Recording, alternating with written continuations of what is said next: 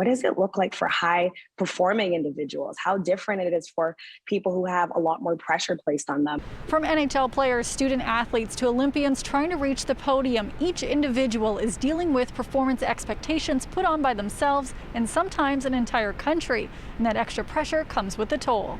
But I think the hard part is that your identity gets so wrapped up into your sport, right? It gets so wrapped up into who you are. And I always try to encourage people to remember that you are more than just an athlete.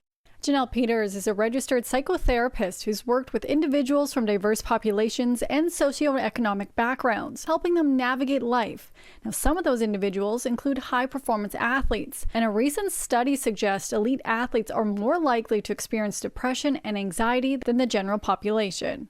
We all know the physical component that athletes push and they endure, but it's really important to remember the psychological piece that is there too, that helps you push physically, right?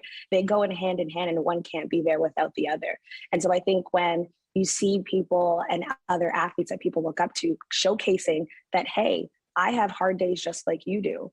I have to go through this in addition to other things. I think that connects people even more. For Olympians, many of them have trained intensely for the last 4 years for a moment that can be over in a matter of seconds. And when it happens, they either reach their goal of gold or leave empty-handed.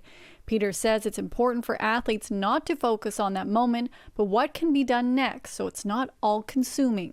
Whether you're an athlete or just a regular everyday person like you and I, we all have an end goal, and focusing on the end goal, yes, is important, but it's what do I have to do next to get to that step? Really take some time to focus on what can I control next. Yes, there's a whole team of people and there's all these other things that have to go into play. That's the part that you can't control all the time, but I can control what's next, and literally just putting all of me into that can be really helpful. And then, like I said, the other piece of remembering that you're more than just an athlete. One thing Peter says athletes are doing that anybody can do to help with your own mental well-being is watch who you're following on social media and how much time you're spending online, because it can be an extremely toxic place.